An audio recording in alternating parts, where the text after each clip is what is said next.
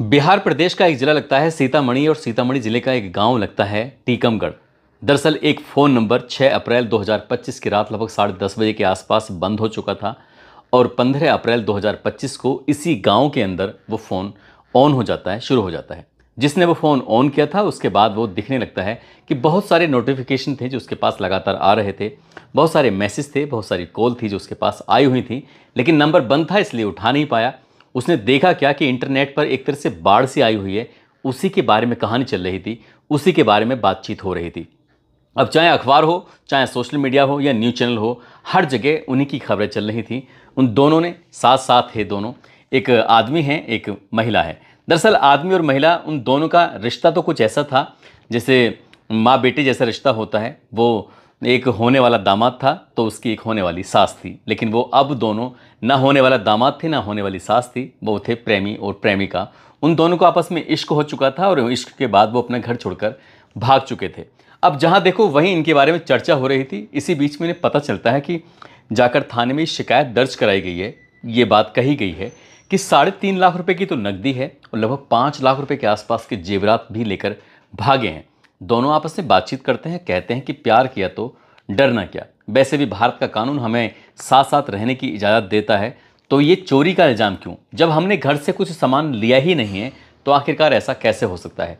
जैसे भागते भागते बहुत वक्त हो चुका है, अब नहीं भागना, अब वापस चलना है, जाकर मुकाबला करना है।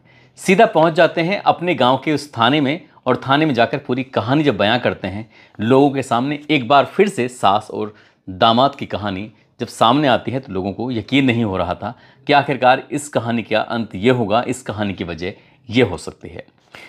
आदाब, नमस्कार, सत श्री अकाल। मैं उस्मान सैफी। आज की जो सच्ची घटना मैं आपको सुनाने जा रहा हूँ, ये सच्ची घटना है उत्तर प्रदेश के ज़िला अलीगढ़ का एक थाना लगता है मंडराग, और मंडराग थाना क्षेत्र का एक गांव लगता है मनोहरपुर कायस्थ। दरअसल यहाँ की रहने वाली एक लड़की, इसका नाम शिवानी होता है। उम्र जिसकी या तो 16 साल के आसपास है या फिर 17 साल के आसपास है।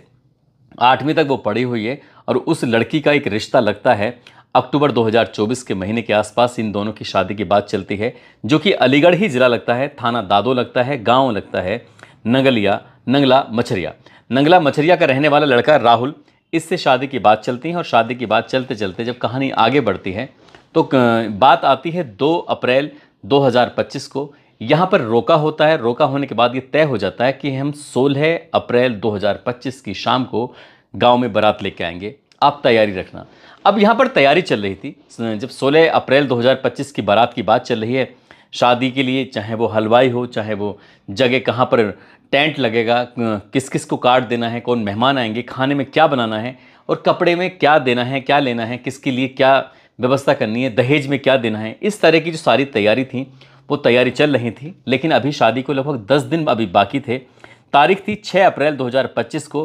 पति जो होता है इस लड़की का, जो शिवानी है, उसका जो पिता होता है, नाम इसका जितेंद्र उर्फ जीतू होता है, वो तो जाता है कार्ड बांटने के लिए। लेकिन उस लड़की यानी कि शिवानी की जो माँ होती है, जिसका नाम होता है अपना देवी उर्फ सपना, जो कि जाती है बाजार में कुछ खरीदारी करने के लिए।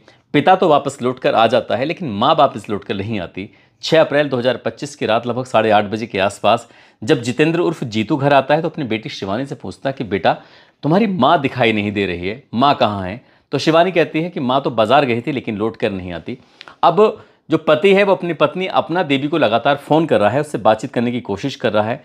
तो अपना देवी कोई ना कोई बहाना कर रहे थे कि मैं अभी आ रही हूँ, बस वहाँ पहुँच चुकी हूँ। कोई ना कोई इस तरह से बात करते करते 1 घंटे से ज़्यादा का समय जब बीत जाता है तो जितेंद्र उर्फ जीतू की चिंता बढ़ने लगती है कि उसकी पत्नी आखिरकार ऐसा क्यों कर रही है। रात के जैसे ही 10:30 बजते हैं उसका नंबर बंद आ जाता है, स्विच ऑफ हो जाता है। अब कम्युनिकेशन के जो रास्ते थे वो बंद हो चुके थे। कहीं ना कहीं जो पति होता है जितेंद्र उर्फ जीतू, उसको शक था कि ये दामाद से बहुत सारी बातें करती है। एक काम करता हूं, मैं दामाद से बातचीत करने की कोशिश करता हूं। राहुल कुमार को जब फ़ोन लगाया जाता है तो राहुल कुमार एकदम गुस्से में तमतमाया हुआ था। उसने कहा कि 18 साल तुमने इन्हें बहुत ज़्यादा परेशान किया है, अब तुम इन्हें ज़्यादा परेशान नहीं कर सकते, मैं इनका ख्याल रख सकता हूं। जब इस तरह की बातें उसने अपने होने वाले ससुर को कहीं तो उसके ससुर के पैरों तले ज़मीन खिसक जाती है। सोचने पर मजबूर हो जाता है कि आखिरकार ये कैसी बातें कर रहा है। अगला दिन आता है 7 अप्रैल को। 7 अप्रैल को ये थाने पहुंच जाता है मंडराक में और वहां जाने के बाद शिकायत दर्ज करता है। लेकिन जो महिला घर से निकली है उसकी उम्र तो 38 साल के आसपास है, और जो होने वाला दामाद है राहुल, उसकी उम्र लगभग 20 साल से ज़्यादा है। दोनों ही 18 साल से ज़्यादा हैं, इसलिए दोनों अपने अच्छे और अपने बुरे का फैसला ले सकते हैं। इसलिए पुलिस ने कहा कि इसमें एफआईआर दर्ज नहीं हो सकती। तब वो बताते हैं कि ये घर से 3.5 लाख रुपए नगद और लगभग 5 लाख रुपए के जेवरात भी लेके गए हैं। तो ऐसी स्थिति में पुलिस ने जीडी में मामला दर्ज कर लिया, और दर्ज करने के बाद उन्होंने अपने स्तर से उसे तलाश करना शुरू किया। अब तलाश कर रहे थे लगातार। अब चाहे वो जैसे ही पता चलता है कि ये खबर कि सास अपने दामाद के साथ भाग चुकी है, फरार हो चुकी है, शादी को अभी 10 दिन का समय बाकी था, उससे पहले ही वो अपने दामाद को ऐसे कैसे लेके जा सकती है। अब चाहे सोशल मीडिया के अलग अलग प्लेटफॉर्म हो, इंस्टाग्राम हो, फेसबुक हो, यूट्यूब हो, हर जगह यही चीज़ दिखाई दे रही थी। जैसे कि मेरठ की मुस्कान रस्तोगी की खबर चल रही थी, उससे कहीं ज़्यादा ये चीज़ वायरल होने लगती है सास और दामाद की। अब चाहे वो अखबार हो, अखबारों में लगातार ये खबर प्रकाशित होने लगती है। न्यूज़ चैनलों पर भी यही खबर दिखाई जा रही थी कि जो सास है वो अपने दामाद, होने वाले दामाद को लेकर भाग चुकी है। तो इसी बात को देखते हुए जैसे बेटी को ये बात पता चलती है तो बेटी तो बीमार हो जाती है कि आखिरकार उसकी माँ ने ऐसा क्यों किया। और पति जो होता है वो मीडिया के सामने जाकर एक ही बात कहता था, पुलिस के सामने एक ही बात कहता था कि एक बार बस उसे बुला दीजिए, अपना देवी को, मैं उससे ये पूछना चाहता हूँ कि आखिरकार तुमने अपनी बेटी के साथ ऐसा क्यों किया।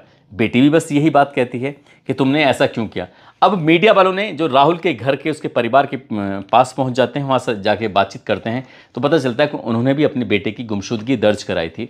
और उसके जो राहुल के पिता होते हैं वो कहते हैं कि उनके बेटे पर वशीकरण किया गया है, तावीज़ किया गया है, उसको अपने कब्जे में करने की कोशिश की गई है। अभी पुलिस की जांच का विषय बन जाता है। पुलिस ने तलाशना शुरू कर देती है। चाहे 6 को भागे थे 6 अप्रैल को, 7 अप्रैल को पुलिस के पास तक शिकायत पहुंच जाती है। 8 अप्रैल, 9, 10, 11, 12, 13 इस तरह से लगातार एक एक दिन बढ़ रहे थे। पता चलता है कि उत्तराखंड के रुद्रपुर में उनकी लोकेशन पाई जाती है, लेकिन लोकेशन आगे जो भविष्य में पता चलता है कि ऐसा कुछ होता नहीं है।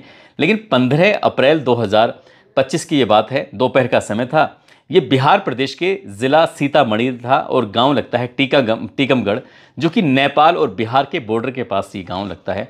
वहाँ पर आराम से बैठे हुए थे और बैठे बैठे अचानक ख्याल आता है कि जो मोबाइल हैं इनको ऑन करके देखते हैं आखिरकार क्या चल रहा है क्या नहीं, क्योंकि उनका संपर्क, उनकी बातचीत हर किसी से ख़त्म हो चुकी थी, संपर्क टूट चुका था। गांव में क्या हो रहा है, गांव के लोग क्या बातें कर रहे हैं, उनको लग रहा था कि ये बात सिर्फ गांव तक ही सीमित होगी। वो यहाँ से लगातार एक दूसरे ठिकाना बदल रहे थे, आ रहे हैं जा रहे हैं। तभी जैसे ही फ़ोन ऑन होता है, फ़ोन ऑन होते ही पता चलता है कि इनका तो लगातार जो बातचीत इनकी ही बारे में चल रही है, हर जगह इनकी खबर चल रही है, हर जगह जहाँ देखो वहाँ यही सब छाए हुए। लेकिन इन्हें सबसे ज़्यादा ख़राब बात एक लगती है कि 3.5 लाख रुपए की चोरी का जो इल्ज़ाम लगाया था वो, और 5 लाख रुपए जेवर का जो इल्ज़ाम लगाया था। अब ये थाने पहुंच जाते हैं अगले दिन, यानी कि 16 अप्रैल को थाने पहुंच जाते हैं। और थाने जाने के बाद बताते हैं, पूरी कहानी बताई जाती है। सास कहती है कि जो उसका पति है वो बेंगलुरु में रहकर फेरी वाला काम करता था, लेकिन जब वो गाँव घर आता था तब उसके साथ बहुत ज़्यादा मारपीट करता था। किसी से 2 मिनट खड़े होकर बातचीत कर लो तो शक करने लगता था। ये बात बहुत ज़्यादा अजीब हो जाती है। इसी बात को लेकर घर में तनाव भी रहता था। पत्नी परेशान हो जाती है कि आखिरकार करूं तो मैं क्या करूं। पति के ताने लगातार बढ़ने लगते हैं। बोले अपने बेटी के लिए खुद रिश्ता ढूंढ के लेके आई थी, राहुल से शादी कराना चाहती थी। राहुल का 1-2 बार बीच में फ़ोन भी आता है, लेकिन पति ने कुछ इस तरह का इल्ज़ाम लगाना शुरू कर दिया कि दामाद को भी नहीं बख्शा। जो होने वाला दामाद था उसके बारे में भी गंदी संदी बातें करने लगते हैं। तब ये बात उसने अपने दामाद से कही कि देखो तुम्हारे बारे में मेरे जो पति है जितेंद्र उर्फ जीतू कुछ इस तरह की भद्दी भद्दी बातें सोचता है।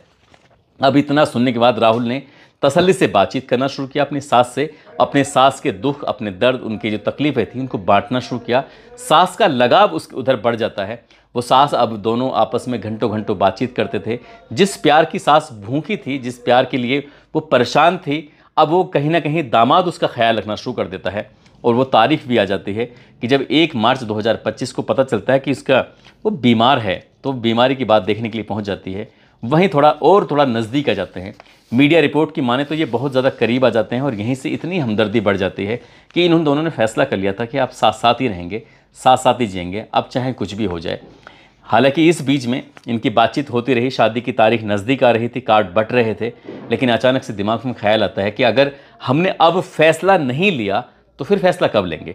इसलिए इन्होंने 6 अप्रैल 2025 को ये यहाँ से घर से निकलते हैं। घर से निकलने के बाद सीधा अलीगढ़ पहुँचते हैं। अलीगढ़ जाने के बाद बरेली पहुँचते हैं। बरेली से मुजफ्फरपुर पहुँचते हैं, जो कि बिहार का ही एक ज़िला लगता है।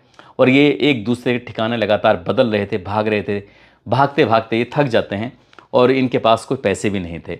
इन्होंने जो चोरी का इल्ज़ाम लगता है उसको लेकर ये दावा कर रहे हैं कि हमने कोई चोरी नहीं किया, हमने कोई जेवर नहीं उठाए। ना तो लड़के ने कहीं अपने घर से कुछ चोरी की है, और वैसे ही उसकी सास कहती है, जो होने वाली सास थी, कोई भी सामान नहीं उठाया।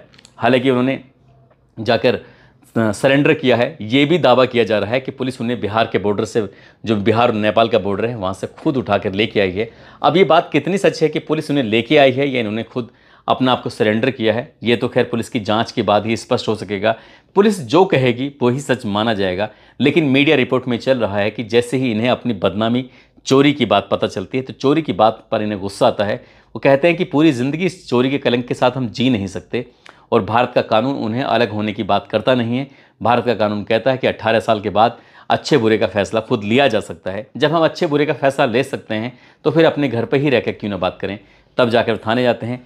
दादो थाने वाले उन्हें मंडराक भेज देते हैं। मंडराक में उनसे पूछताछ शुरू हो जाती है, और पूछताछ के बाद ही कुछ अलग आगे निर्णय आएगा। उन दोनों क्या कहते हैं क्या नहीं कहते हैं, जज के सामने जो भी बात कहेंगे फिर आगे वही बात होगी। दोस्तों, इस पूरे घटनाक्रम को सुनाने का उद्देश्य किसी को परेशान करना नहीं है, किसी का दिल दुखाना नहीं है, बल्कि आपको जागरूक करना है, आपको सचेत करना है, और आपको बताना है कि जिस घर में शक की बुनियाद रखती जाती है, बात बात पर शक किया जाता है, बात बात पर परेशानी की जाती है, तो कई बार लोग कुछ ऐसे कंधों को तलाश करना शुरू कर देते हैं जिन कंधों पर सर रख कर वो अपने दुख, अपनी तकलीफ, अपनी बातों को रख सकें।